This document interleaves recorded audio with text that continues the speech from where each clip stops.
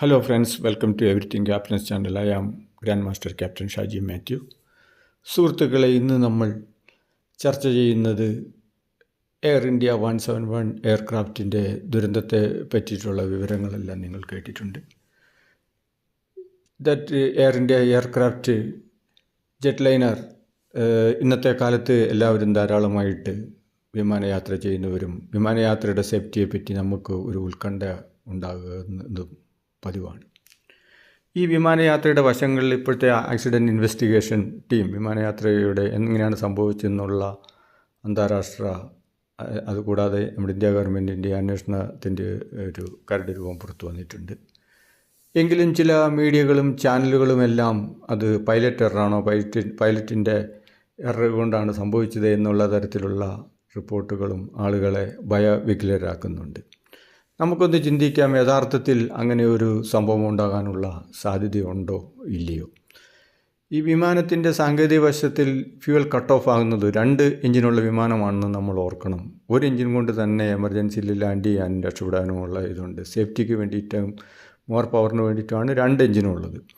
ഈ 2 എഞ്ചിനുള്ള വിമാനത്തിൻ്റെ ഇതിൻ്റെ fuel cut off, engine 1 engine 2 cut off, അതിന് വേണ്ടിയിട്ട് അതിന് ലിഡും കവറും അത് തന്നെയല്ല സ്പ്രിംഗ് ലോഡഡ് ആയിട്ടുള്ള അത് വലിച്ച് എടുത്തിട്ട് വേണം ഓഫ് പൊസിഷനിലേക്ക് വരാൻ. ഇതൊന്നും കുറഞ്ഞ സമയം കൊണ്ട് പെട്ടെന്ന് സെക്കൻഡുകൾ കൊണ്ട് നടക്കുന്ന കാര്യമല്ല എന്നാണ് മെയിനായിട്ടുള്ള ഏവിയേഷൻ എക്സ്പേർട്ടുകളും അതിൻ്റെ വിദഗ്ധരും പറയുന്നത്.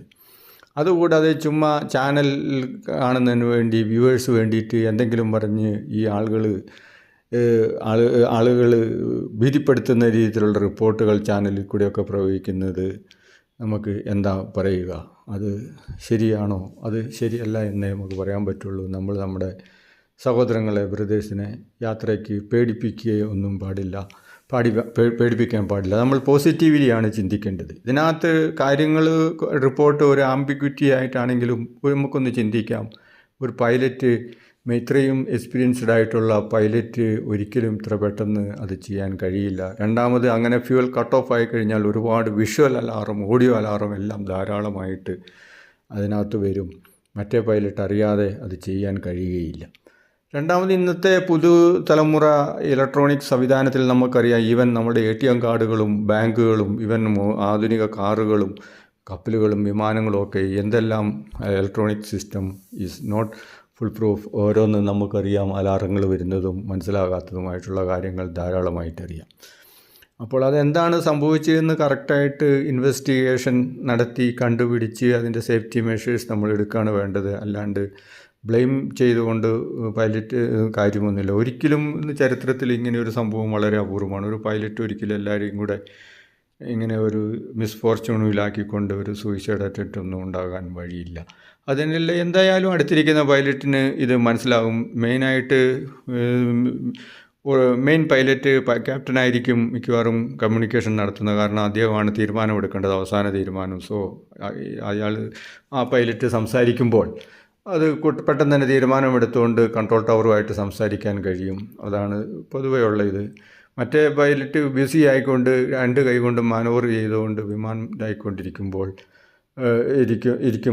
അദ്ദേഹത്തിന് അത് ചെയ്യാനുള്ള സാധ്യതയില്ല. അത് തന്നെയല്ല, എങ്ങനെയാണെങ്കിലും തൊട്ടടുത്തടുത്തിരിക്കുന്ന പൈലറ്റുമാർക്ക് അത് മനസ്സിലാവും അങ്ങനെ സംഭവിച്ചിട്ടില്ല എന്ന് പറയും. എങ്കിലും മീഡിയകളും ചാനലുകളുമൊക്കെ പൈലറ്റ് എറർ മാതിരി ഉള്ള വീക്ഷണം പ്രകടിപ്പിക്കുന്നത് ഇത് നല്ല രീതിയല്ല എന്നാണ് പറയാൻ പറ്റുകയുള്ളൂ.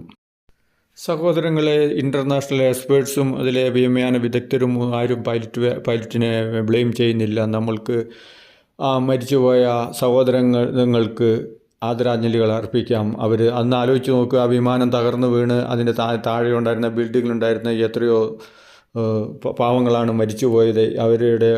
അവരുടെ ആ മിസ്ഫോർച്യൂണിൽ നമുക്ക് അവരുടെ മരണാനന്തര ജീവിതത്തിന് ആദരാഞ്ജലികൾ അർപ്പിക്കാം. ഇങ്ങനെ നമ്മളിൽ നിന്ന് നിയർ മിസ് പാഠങ്ങൾ ഉൾക്കൊണ്ടുകൊണ്ടാണ് നമ്മൾ മുന്നേറേണ്ടത്. അല്ലാതെ നമ്മൾ പരസ്പരം ബ്ലെയിം ചെയ്തുകൊണ്ട് കാര്യമില്ല. ഈശ്വരൻ അവരെ അനുഗ്രഹിക്കട്ടെ. Thank you very much. സഹോദരങ്ങളെ, നമ്മുടെ മരിച്ചുപോയ സഹോദരങ്ങൾക്ക് വേണ്ടി നമുക്ക് ഹൃദയാഞ്ജലികൾ അർപ്പിക്കാം. Thank you.